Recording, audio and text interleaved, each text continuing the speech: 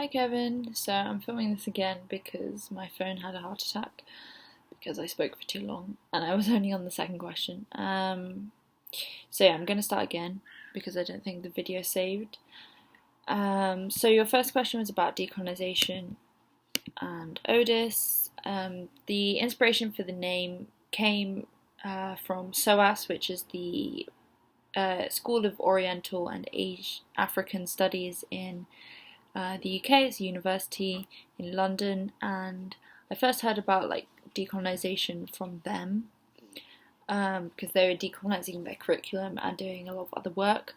I didn't really dig too deep into it. This was like several years ago, but this year, when I started thinking about a name for our project, and we were initially just focusing on curriculum, I thought decolonization could be really good because the content that we learn is very Euro white centric, especially that's like a lot of the teachers are white and that's what they grew up with, so they're teaching what they know, which is fair enough, but also, you know, some work needs to be done there. But yeah, so that's kind of very briefly why I chose decolonize or as part of our name.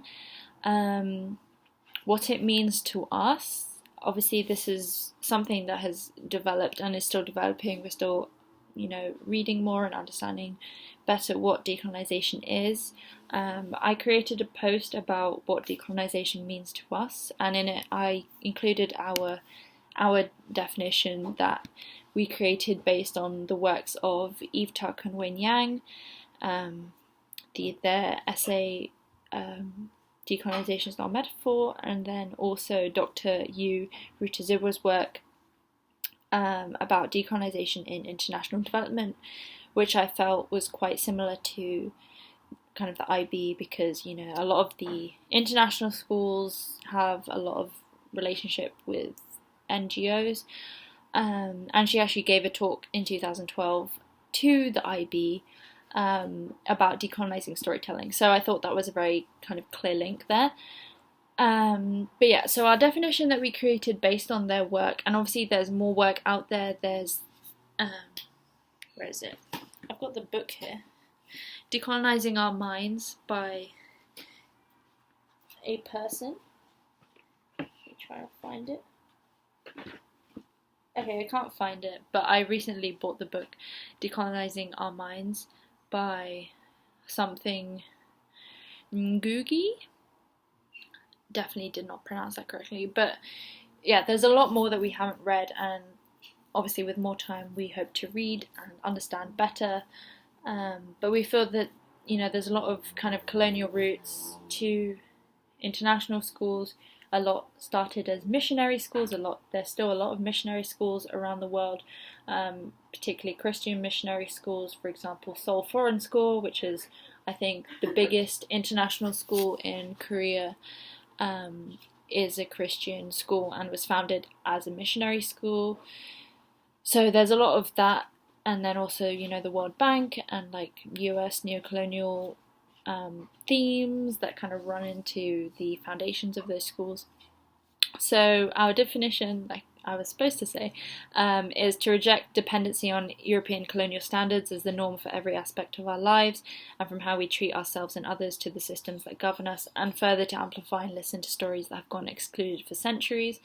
So we really tried to cover a lot in our definition, and our three kind of main areas of decolonization in international schools themselves are to do with people, to do with the culture and the curriculum, because obviously we need to change how we center our curriculum, that is not around mainly white, mainly male, or even female voices. We need to include more disabled figures in our curriculum, more people of colour in the curriculum, and talk more about the pitfalls is not the right word, but the kind of implications, sorry, I can't speak English today, the implications of, for example, colonialism and imperialism. Like, we say, oh, Britain abolished the slave trade, but then, the ramifications of that was that there wasn't a fresh supply of enslaved people on the plantations, and so those enslaved people who were already there were still enslaved, pretty much, and they were treated worse. So yeah, I mean, I could go into it, but there's so much more there to do with curriculum. And then obviously, when you have mainly white teachers who come from English-speaking country backgrounds, and they come to foreign countries, for example, Southeast Asia, or African countries, and many are open-minded, but they're still, due to their own education growing up and what the media tells us about those countries, that they're third world countries, that they're this, corrupt, blah blah blah, all of that feeds into a certain narrative that we need to break down for the teacher. So that's to do with the people, and then that also feeds into the culture, because international schools typically for foreign hire teachers are paid and treated a lot better than the local hire teachers. So yeah, that's kind of a brief overview. I don't want to be talking too long, because I don't think I have too much space on my laptop. And then for your question too about colonizing experiences, just coming into this, I am a white person of British and Portuguese heritage, so both very big colonizers in the preceding centuries. Britain still has a lot of neo-colonialism stuff that it does. I'm not so sure about Portugal, but I think there was a lot of, I guess, neo-colonialism of like American culture. I feel like that was very kind of pushed, not necessarily consciously, but like in my school in Uzbekistan, the American embassy always had someone who was on the board, so they had a lot of control of what was happening at the school itself. They had like a lot of say in decisions.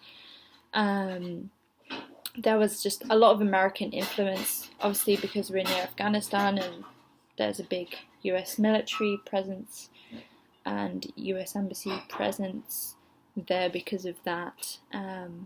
Yeah, it was just a lot of American teachers as well. I think you can get that with any international school, which kind of colonized the curriculum and the culture, and it was kind of quite fake, I think, with some of the teachers and how they treated each other. And there was also, I noticed a lot with the American teachers, is that they kind of segregated themselves from local teachers a lot.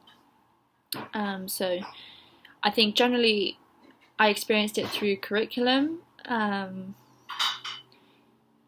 Yeah.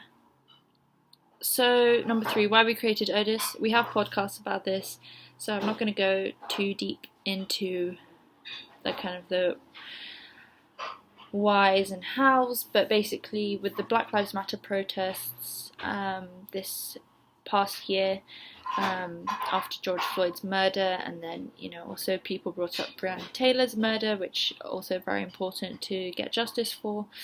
A lot of stuff came up on social media, so all of these like infographics, and that really taught me a lot about all these terms I'd never heard before: white supremacy, white privilege, institutional racism, because I will admit that before, racism to me was kind of like making some kind of comment about someone, being like, oh, you're a racist, ooh, and that it was all about kind of good, bad people. Obviously I understand better now that it goes so much deeper than that. But yeah, so just thinking about that, and then a lot of petitions regarding the British curriculum were circling around my university, and that made me start to think about my own education, because as an IB student I kind of felt my whole life like, oh, I'm getting the best education, so open-minded, globally minded, we're all balanced and principled, and all of the other IB learner profiles, and, it's like everything is amazing.